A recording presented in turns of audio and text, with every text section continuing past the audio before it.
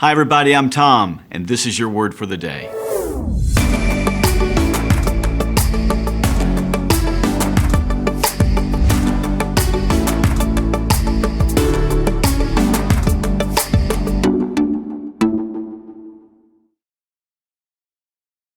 Our word for today is the word legacy, and our scripture text comes from Joshua chapter 4, verse 7, which says this: "Tell them that the flow of the Jordan was cut off before the ark of the covenant of the Lord.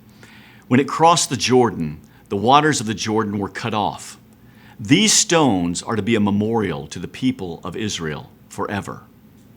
You know, there's an old story about a little girl who asked her mom why she always cut off the end of the ham before she put the ham in the oven. And the mother replied, "Well, sweetheart, that's what my mom used to do, and the ham was always delicious." So the little girl asked her grandmother why she cut off the end of the ham before she put it in the oven to cook. And the grandmother replied, "Well, sweetheart, that's what my mother always did, and it tasted so good."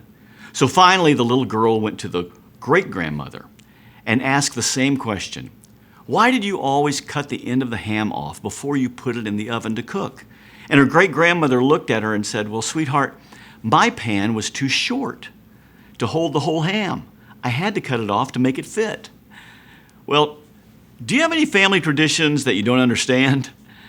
You see, God was instructing Joshua in Joshua's text today to establish a method by which people in future generations would be reminded of God's greatness. For example, when an Israelite family was on vacation and they passed a pile of stones on the bank of the Jordan and a child asked, "Why are these stones here?"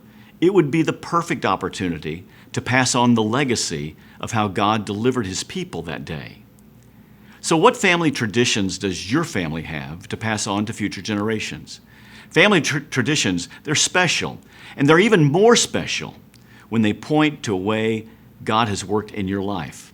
Remember, the most important legacy you leave is the one that points those who follow you to Jesus. Hey, I look forward to the next time that we can connect and learn more from our word for the day.